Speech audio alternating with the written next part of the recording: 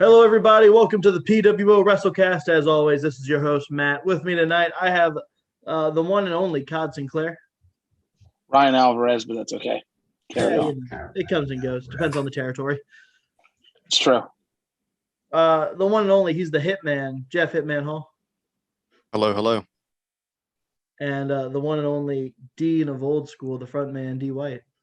That's right. I'm the front man. I'm out front because I got a mic. I know what to do with it. Excellent. So, guys, we're going to go ahead and tell you right now, this is kind of a catch-up episode as well as covering the big news that came out last week. And this coming Thursday is going to be focused solely on AEW. AEW has a stacked card for Wednesday. They're having some action right now on Elevation that I'm not going to lie, I really want to check out. And even Dark has some cool stuff looking at it.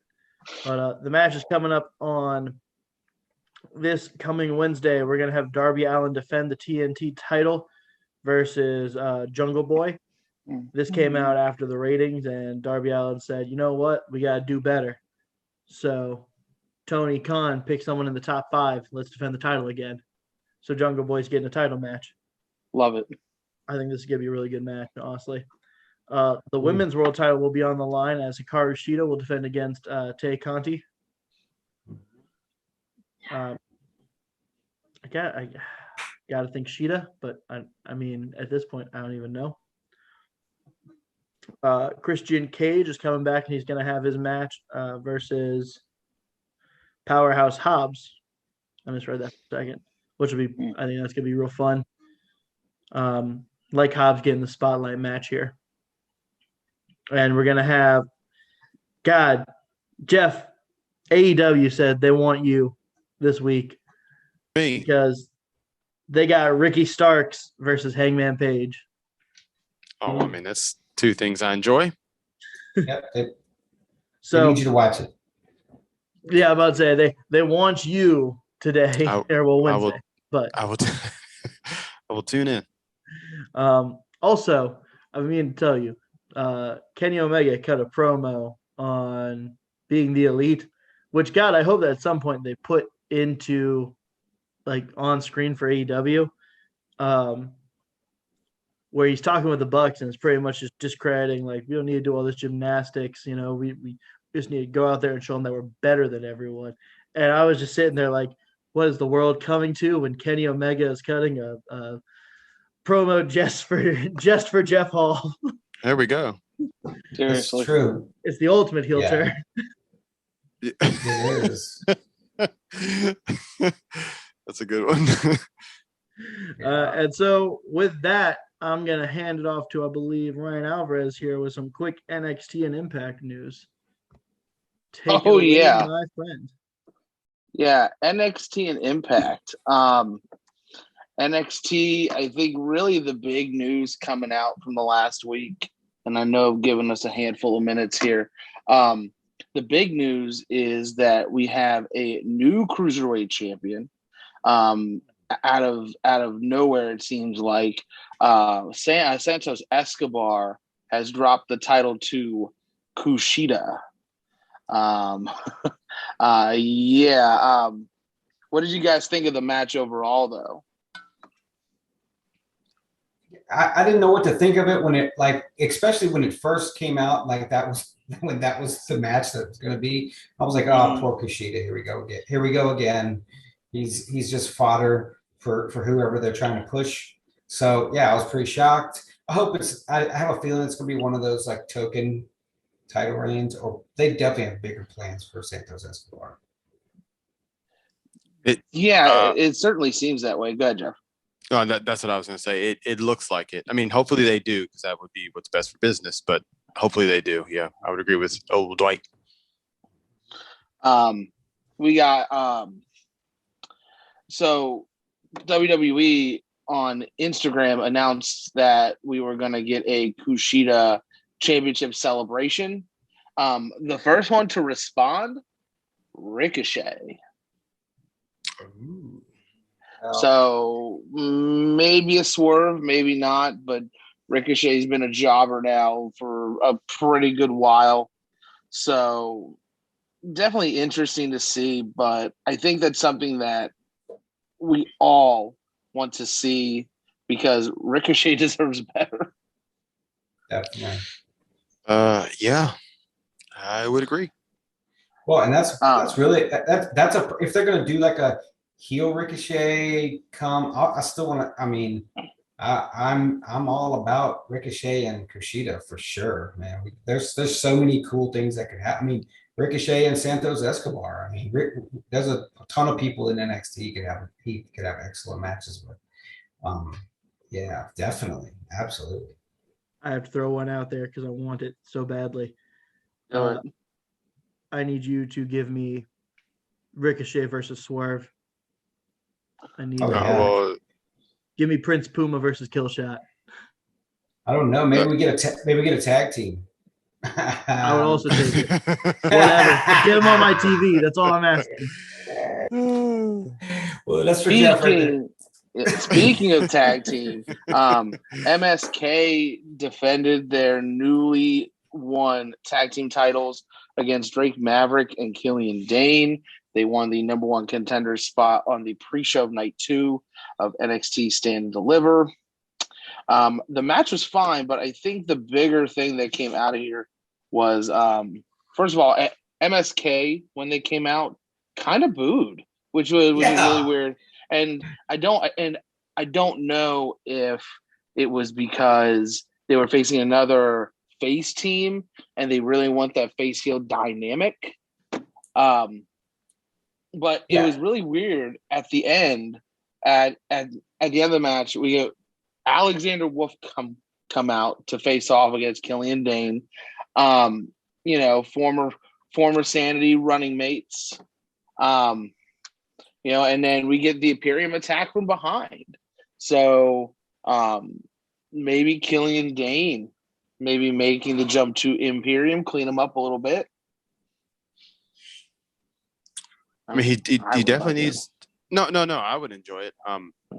He definitely needs something to do, or maybe somewhere to go, or to be held. I wouldn't say held accountable, but falling in line. I mean, I think he would be great for in that spot. Yeah, and I'm going to go back and bring up the booing because at first I was thinking, is this?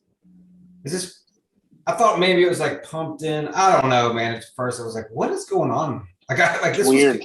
Was super confusing. Like, were they told to boo? I don't know. It's so tough now because NXT has an actual crowd of people, and then they still have the Thunderdome aspect behind them. So it's really hard to tell. So then we get Mercedes Martinez squash Jessie Kamea. Thought we would get a little bit more out of that. There was a backstage segment where Aaliyah or not Mercedes Martinez is trying to get her money from Robert Stone, and then we get the Kamea run in, and then she gets squashed in 2 minutes. So a little disappointing there. Thought we were going to get a little more, but I'm really excited they're pushing Mercedes Martinez. I do want to get to that in a minute, a little bit more. Then we get a backstage segment again. Kushita being congratulated by William Regal. Jordan Devlin out of nowhere. He's headed back to the UK, but he'll be back for his title, which I'm split on because does that mean they're holding off for Kushita versus Devlin, or are they just going to have Kushita just drop the title here in a couple weeks? I don't know. Yeah. I mean, it's always tough when you're booking that. Then we get the championship celebration. It's like we have these once a week now. Dakota Kai introduces Raquel Gonzalez. Blah blah blah. We get interrupted by the debuting Frankie Monet. Frankie Monet, obviously formerly known as Taya Valkyrie in Impact Wrestling. She said that she's essentially coming, for that she's coming for the title. And then this is my brutality out of thin air almost. Rhea Ripley making an NXT appearance comes down to the ring. Her and Raquel hug. Then Bianca Belair comes out, gets in the ring. They all hug. They do their triple title pose. So a waste of time, essentially. But as far as on air screen time, it was a waste because they had entrance, and then like everybody hugged, had their one off. But I think if you look at the big picture, though, we're looking at Rhea Ripley, who's kind of still green around the edges. Raquel Gonzalez, who's still very new to the NXT scene, and then Bianca Belair, who was in NXT for a while, but just kind of never was given that opportunity. So it was like it was like the new face of women's wrestling across the brands. So very interesting kind of segment there, though. I thought initially that Rhea Ripley was going to come out and challenge Raquel Gonzalez, and I almost fell over my chair. And then they hugged. I was like, oh, okay, we're good. Right. Roddy Strong and Marina Shafir. Roddy Strong hands William Regal an envelope and says, "I'm done." And he says, "Are you sure about this?" Yep. And that's the end of the segment. So, question, because I don't know Roddy's contract status. Is this finally main event roster Roddy? Yeah, I'm gonna say this, and one thing I was like, I'm happy to see Marina Shafir didn't get released, because we hadn't seen her in forever since the Raw Underground. But as far as Roderick Strong, I think that's probably what's going to happen. Do any of us think I think next thing you know, he's going to be, Shorty G again. I mean, that seems to be like what would happen to Roderick Strong. That's what I'm with Dwight. I think he'll go up and he'll be like Robert Strongman or something, and he'll have some weird he'll come out looking like the Mountie or something like that. So it's just a matter of time before he's yucking it up and they have him doing some shtick. I think Dwight's right, unfortunately. Well, it said that basically a lot of the news stories, if you looked the next couple of days afterwards, it was like Roderick Strong quits NXT, right? That's what it said. So it's like, we didn't say quit WWE. Which means he's going to, or he would pop up as his new invented self and. But then, but then again, it could be, because we had the Kyle O'Reilly and Adam Cole unsanctioned. It's not sanctioned by NXT, and who knows what they have planned. But I hope. I don't know. I just hope the right thing happens, whatever that is. Yeah. Mm-hmm. Yeah. Matt thinks he's going to SmackDown. Are we kind of all in agreement here? Better off on SmackDown than Raw? Yes. Okay. Good. Well, remember, like Vic Joseph, put it over too, on the commentary. It's like, "Well, we wish him the best." I was like, "Yeah, they wouldn't do that on the TV show if it was real." All right. We get another Isaiah Swerve Scott Leon Ruff match. Swerve goes over here. Few slip ups, pretty solid match though. I'm not a Leon Ruff guy, but he does his job. I was gonna say, man, he's a guy that's definitely stepped it up. We were all unimpressed, and I don't think that was his fault. But I thought oh gosh, I can't remember the name of the dang takeover for WrestleMania week. But I thought he looked good in that match he was in. He did well. He could take a beating, that's for sure. Yeah.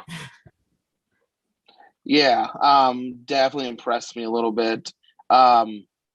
And then we get the main event. We get all four members of the Way taking on Ember Moon, Shotzi Blackheart, Dexter Lumis, Bronson Reed, 8-person tag. The takeaway from this is the love story between Indy Hartwell and Dexter Lumis. This whole thing annoys me.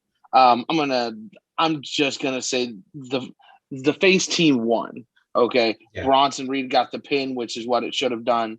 But going back to this, I don't really understand it. I don't know if we're pushing Loomis as a face, but he's chloroforming people and kidnapping people and stalking and, torturing people.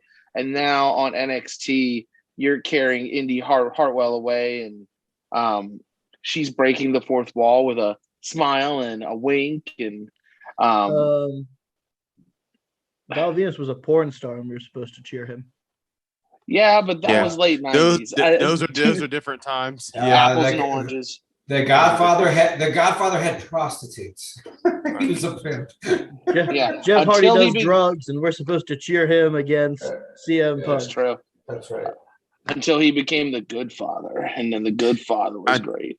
I agree. I just didn't like how they're trying to play this like old school Kane angle. Like, so he's mysterious. You know what I'm saying? He's a mysterious wrestler, but he has feelings. Now I'm not gonna say he's in love, but now he's fond of Indy Hartwell. I never have liked these.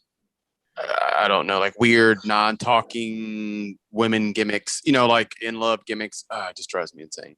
I'm gonna agree with you, but I'm gonna say he's like even less endearing than Kane, because he has the like weird stalker psycho killer sort of vibe.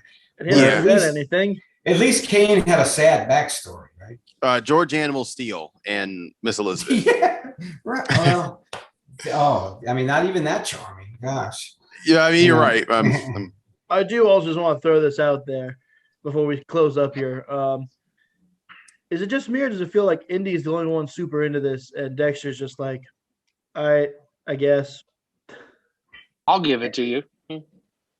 I mean, look, Indy's been like pumping this whole thing up on Twitter, and God bless her for doing it, because Lord knows I wouldn't know otherwise. But like, yeah. Honestly, I almost thought this was just Indy being funny on Twitter, if I'm being real. Yeah, I guess you're right. Yeah, but go ahead, Ryan. And I got nothing good to say. Go ahead, Ryan. Oh no, I was gonna say overall for NXT making their solo debut on TV, I thought it was a solid episode. Honestly, I know I skipped over some of the backstage stuff, but honestly, nothing to miss there. I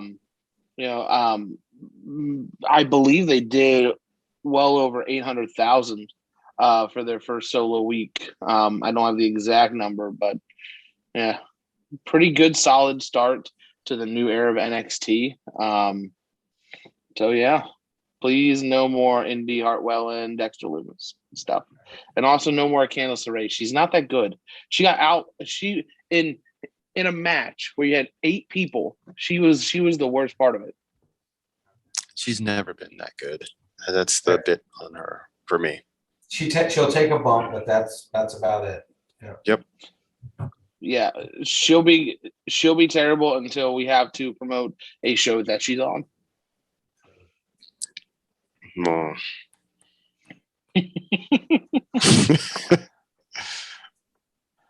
He's not wrong. Yeah, I'm not wrong because I'm telling you now, if Rich Swann was on this NGW show, I would be saying, he's a solid worker. Everyone shut up about Rich Swann. No one talking about Rich Swann. I'm gonna leave. I think I'm on record for saying that I think Rich Swann is amazing. I pretty much think I don't think I've ever said a bad thing about Rich Swann once in my entire life. That's not ever. Never. As long as it's not Joey Ryan, we're good. Yeah. Well, that's a pretty low Joey bar. Ryan. That's a really low bar you set there. As long as it's not Joey Ryan. Yeah, as long as he's not a serial pedo rapist. No, but I'm just saying with like next gen, because I ran in allegedly. Nah. Well, yeah, I guess we gotta be safe here. All right, we are on to a segment that we did last year when this same event happened. So maintaining consistency with PWO. very recently now, we've had the mass release of WWE superstars, many of which have gone on to bigger and better things. Very recently, they have released 9 other superstars. So as we did last year, we will do this year. I'll just rattle them off. Tell me where they're going. We'll make it short and sweet. I do want to spend a couple extra minutes on a couple of them, but we'll get there. We'll start off with probably the least of, or probably the bottom of the totem pole guy, Wesley Blake. I am going to say he's an NWA guy. NWA is in a transitional period right now where we're seeing some lesser known talent kind of make their way through, being able to get in front of a camera, work on their skills. So I like him in NWA. White, where do you have Wesley Blake going? Yeah, I'm gonna agree with you on that. I was thinking of, they have some up and coming guys, but they have some guys with some experience. I mean, obviously Nick Aldis, but you got Trevor Murdoch, you've got Aaron Stevens. I mean, you have some guys that could help bring along, and so I don't know where he would. That's where I think he's going to end up, Wesley Blake. I mean, because he wasn't a huge star, so. I would piggyback off both of you. I agree. Yeah. NWA or maybe even Impact, but one of the two, obviously. All right. Next, Beau Dallas. This was a tough one for me because he's been a WWE guy. He's been a Florida Championship Wrestling guy. He's essentially been a homebred guy. So, yeah. Everything in me wants to say AEW, but their roster is completely stacked. And then I thought Impact, but I've got a couple other people on this list heading to Impact. I'm going to say Beau Dallas is headed to Ring of Honor. Beau Dallas is a great in-ring technician. He's great on the mic. He's great with character work. I think that Ring of Honor is also in the midst of this youth movement. Matt briefly touched on that the other day. But I think whether it be in ring or in a backstage, I think Ring of Honor could really use him. They could, but he's going to AEW, and the hook there is Cody Rhodes is the hook there. I think that's and that you're right. Their roster is stacked. They probably don't need him, but I think of all the places out there, I mean, he's just been so beat down. I think the only other place I think would be might be Impact, but I'm gonna say he's head to AEW. I think you're both correct. Ryan, what you said just now was absolutely hitting the nail on the head. But I'm with Dwight on this one. I think he just goes to AEW by proxy of Cody Rhodes and getting I wouldn't say the gang back together, but his friends. I think he'll go. Yeah. All right. On to the next. Tucker, also known as Tucker Knight. This is another guy I thought for a little bit about, and I'm like, well, he's only 30. He's still, he's pretty well spoken. He's a big guy. AEW doesn't have a lot of thick guys. We saw JD Drake on this last week's episode of Dynamite, and he was in the TNT title match with Darby Allin. And I think AEW needs thicker guys like that. We have enough of the standard generic size wrestler number 4. And then we have right next to him, Wardlow's Luchasaurus. But there's no thick guys. I think he'd be a big get for AEW, even if he's a cog in a stable or if he's just on darker elevation. I think he'd be a big get. Dwight, what do you think? I think you just called him fat, you're not wrong, but I don't see him. I really don't see him going anywhere, honestly. I mean, he wasn't an indie guy, wasn't he? He was a guy that they developed there, right? Yeah. So yeah, I mean, he may just bail completely. That's what I'm going with. Ooh. I think Dwight's right on this one. Yeah, I think if he went anywhere, he may be an NWA guy because I mean he could go there and kind of be an old school muscle for somebody or something like that. But I think if it's not that, I think he's personal training or selling car insurance. Yeah, all sounds good. Next up, Kalisto. I think he goes back home. I think he goes back to AAA. It makes sense for him. It makes sense for his character. We're all in agreement.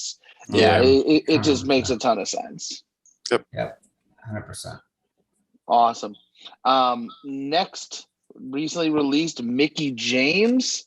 I think this is also an easy one. I think if she doesn't have one last run in Impact, that is it for her. There was a small exchange on Twitter with her and the hubby. For those who don't know, it is Nick Aldis, one of the greatest NWA World Heavyweight Champions of all time. And National treasure. There you go.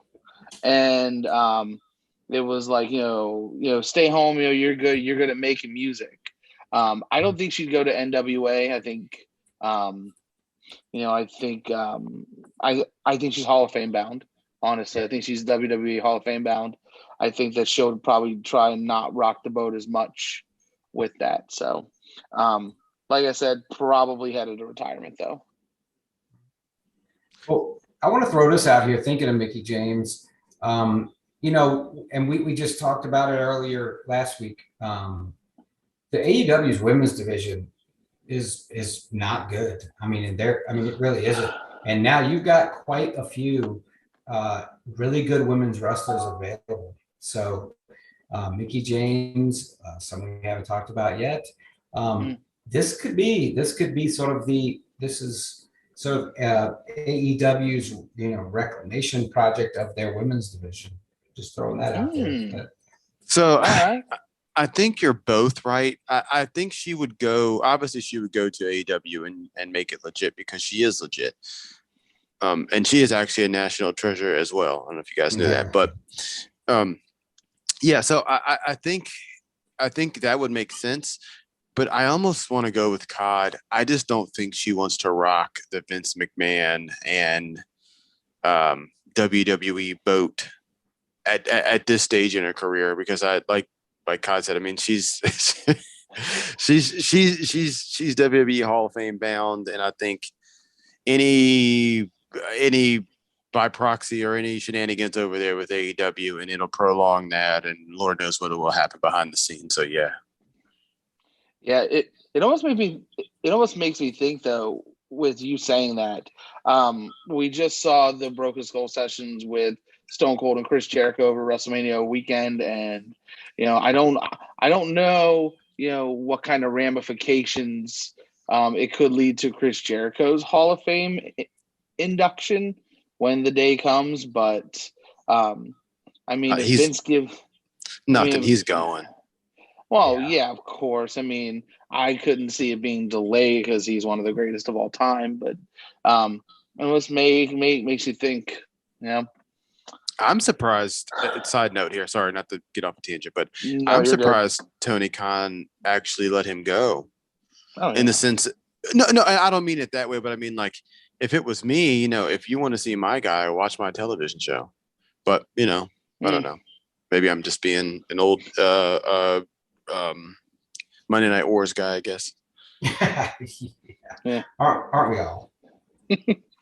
All right, on to the big hitters. I'm gonna lump these two. Whoa! Are you gonna call Mojo Rawley a big hitter? No, I actually didn't even have him on. I didn't even have him on the list because I didn't care. Okay, good. I was like, well, you said we hadn't talked about him yet, and then you go, I'm talking about the big hitters. I was like, whoa, Mojo Rawley made it to the big hitters. Okay, yeah. I'm really glad you brought him up because he's another football-based guy, though. Very similar to Beau Dallas, very similar to Tucky. I think if he goes anywhere, it might be Impact. If not, he's just gonna kind of fade into the sunset. There's nothing there. It's really not. Back to Maryland to coach the linebackers or the defensive ends. I would say I thought you were going to say back to Maryland Championship Wrestling because I see him doing the high school gym tour, and the autograph signing sessions and squeezing every bit out of the Mojo thing he can. That's the best though, Dwight. Those shows and those trails are the best. Yeah, he'll have to change his name, like Louis, I do in Louisiana, the Go Tigers. It'll be like Mojo with like MEAUX. Yeah. Christ. Oh man. You're welcome, Mojo. You're welcome. Mogo Riley. Gio. Make sure you credit Dwight when you get all that money. That's right. Now on to the true big hitters of this free agency list. I'm lumping these two together because I feel like where the one goes, the other one will go, as has been their whole career. We are, of course, talking about the Iconics, Billy Kay and Peyton Royce. It almost makes too much sense for them to go to AEW. It's there. Ty Dillinger is there. Oh, sorry. Yeah. The chairman, Sean Spears, is there. Well, that's where they're gonna go. I'm not a fan of the Iconics. Like their shtick. I mean, I get it. Like, but they're gonna go to AEW, and everything they do will fit into AEW perfectly fine, seamlessly, and they won't skip a beat. Right. And you know who they belong with? They belong with Dr. Britt Baker, DMD. That's who they belong with. And they will be incredible. I am counting down until it happens because I am going to pop. Yeah, if you stick them with her, she's obviously she'll be the top dog. It'll work that way. But if they come in by themselves and I don't know, it's hard to take them serious. So like I said, they would have to go with Britt Baker. But yeah, with Baker, that I agreed, right? That actually would be pretty legit. Yep. I mean, Peyton Royce can go for sure. Yeah. If they split up and they don't go with each other, I mean, obviously, I don't see that happening. But Billy Kay could jump to Impact. I mean, she could, but she's, I don't know, Tenille Dashwood to me. Like they'll be rolling her name. They'll be rolling her name out, and you'll be like, oh, okay. That might be an insult to Tenille. Yeah, probably. If I were in that case, they split them up. Peyton Royce obviously is going to fit somewhere, and AEW is probably it. If they split them up, I don't see Billy Kay. I think she may go back to Australia. I mean, she may not hang around. I agree. I mean, I don't know how connected she is or anything like that, but that's my guess. I think that if Billy Kay is smart, she hitches her wagon to the Peyton Royce train and go where she goes and keep doing your thing. But I will say this before we go on.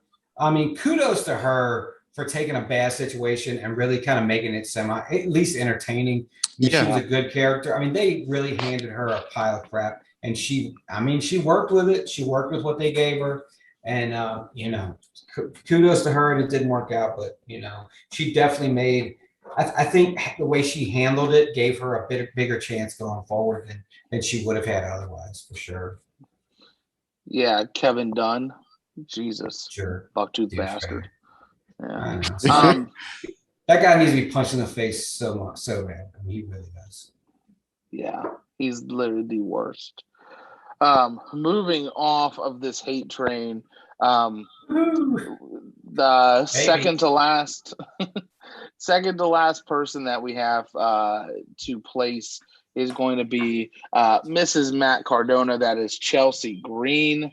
I also think this is another no-brainer. I think she is Impact bound. She's already made Impact references in interviews and podcasts that she's done since. Cardona is probably going to sign there long term, which means if he does, it's more likely that she will. Dwight, what do you think?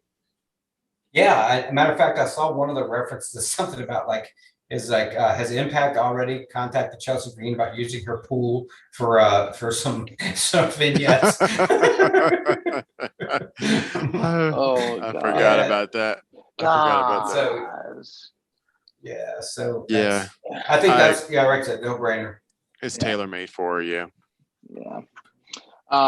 The final one, and I would say the biggest available pro wrestling free agent at this point in time, one Samoa Joe. Rumors are that he was not medically cleared to compete after 14 months. He was working on getting cleared. It didn't happen. His last appearance was at WrestleMania 37 at the announce desk. Dressed in a plastic rain cover. That was like the last scene of Samoa Joe in WWE. He was dressed in a body condom. Yeah, he looked like a big dick, honestly, which is really sad. And it's so upsetting that nothing more was done with him. Talk about missed opportunity. Well, because this is what WWE does. They take these guys and it just drives me insane. So I guess to answer your question, hopefully Samoa Joe goes back home, and I say home to Ring of Honor, to either commentate or be a manager or wrestle, barring his being cleared or not, whatever.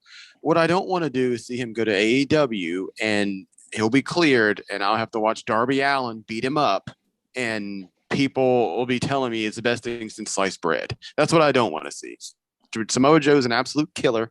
He's a Hall of Famer of wrestling in general, and I don't mean WWE. Dwight, please, for the love of the Lord, back me up on this. I don't think people understand how good Samoa Joe really is / was if he's done.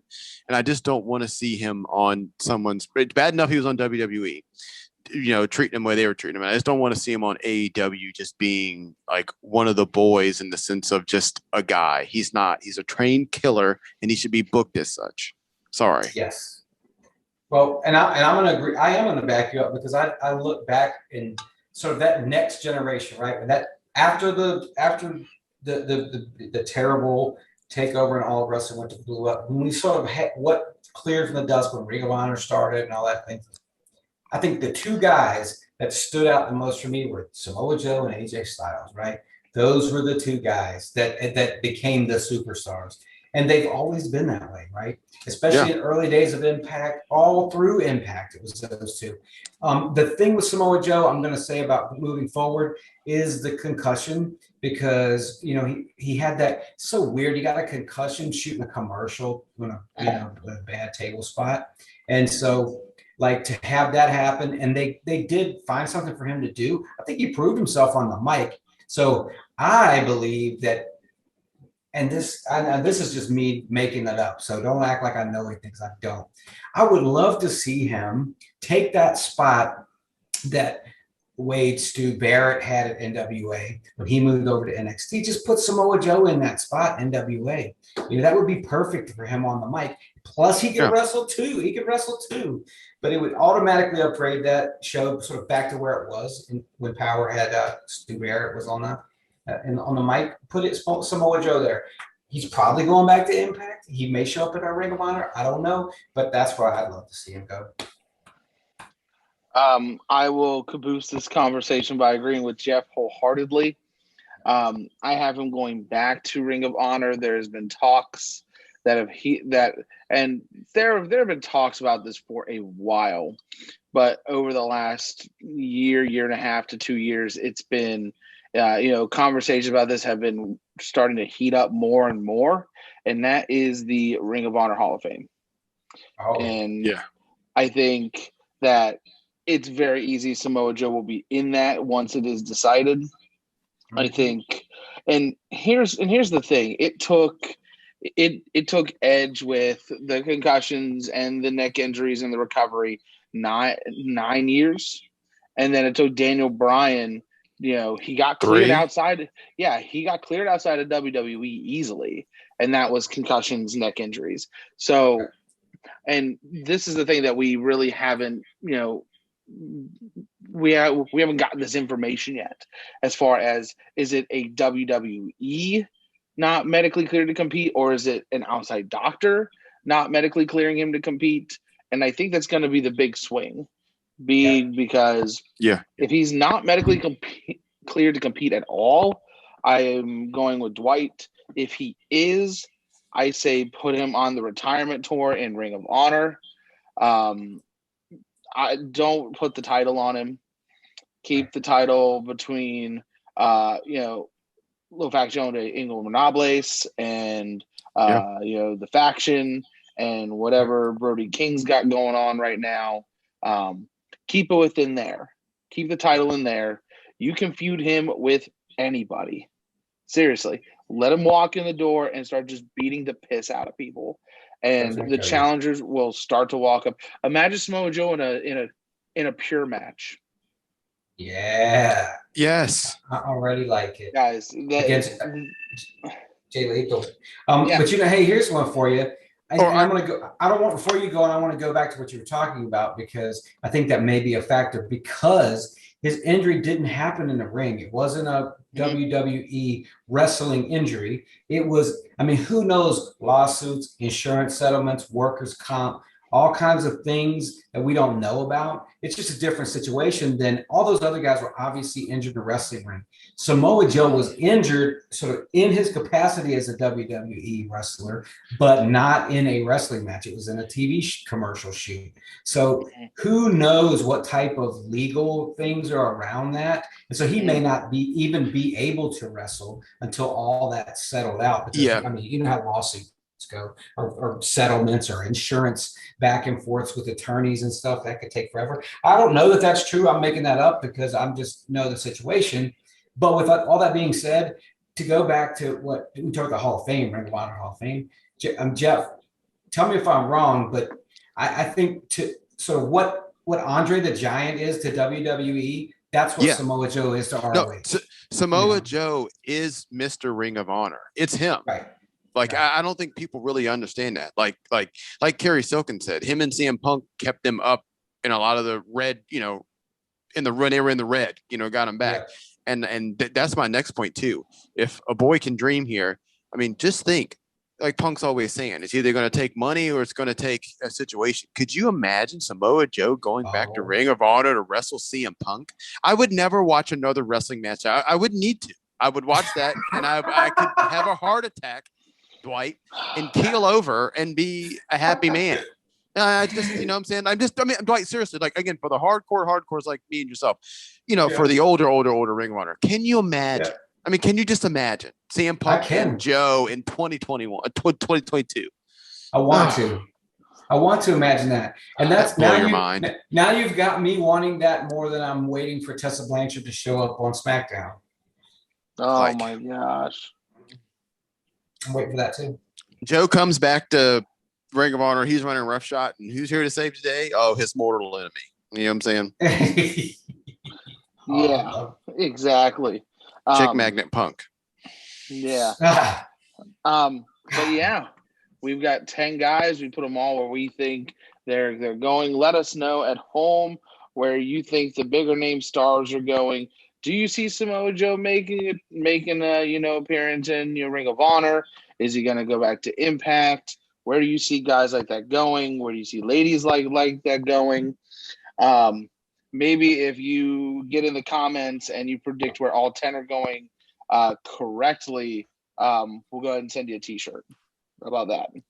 do it. With that, go ahead. I got a sweet gun club drawstring bag that would be awesome price.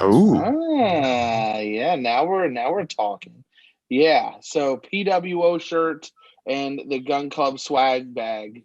Just the bag. Nothing in the bag but the PWO shirt. That's right. You predict where all 10 are going. They have to appear there by the end of the year, obviously. So this is going to be a little drawn out. But if they make an appearance, it counts. Okay. So with that being said, that is it for this episode of the podcast. A little bit of different scenario here where this is just going to be on the YouTube. So check the description below for links to all of our social medias, including where you can support us. That would be at kofi.com/PWO123. It's easy as 123.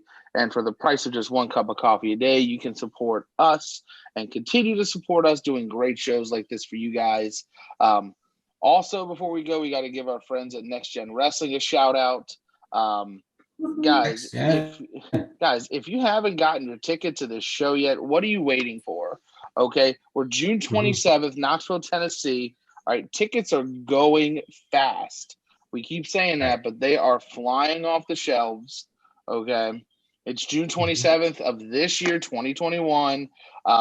Check them out, nextgentn.net.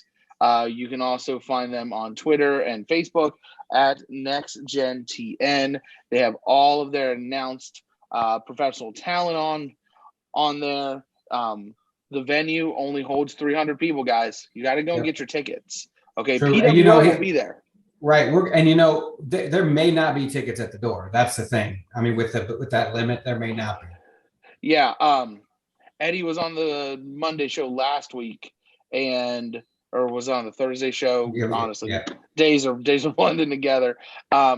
He said that in years past they've had tickets available at the door. This is their first show since last year. They had to cancel all of their shows for 2020. They were being more health cautious. So this is their first show since the beginning of 2020. So yeah, tickets are going fast. So guys, nextgentn.net. Adult tickets are $18. Children's tickets are $15. Guys, if you want to get hyped, I don't mean to cut you off, but go to High Spots Network. You'll find it under Colby Ford and his Next Gen Wrestling. They got all their events up there. You can watch if you're a subscriber on High Spots Network. And I went and watched the show at El Patron, the event that was discussed. Gosh, what a great bunch of guys, and they put on a fantastic show.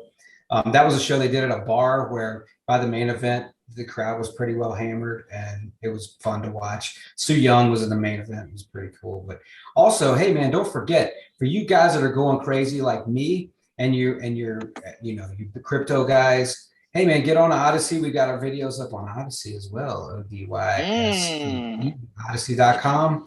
That's another place. And for myself, my own channel, the Dean of Old School. I'm up there, baby. I uploaded one today. It's not all about wrestling, but I talk about a lot of stuff, but I always seem to bring it back to wrestling. Today, I posted a video about how lying politicians are exactly like when the McMahon family said they were listening to the fans.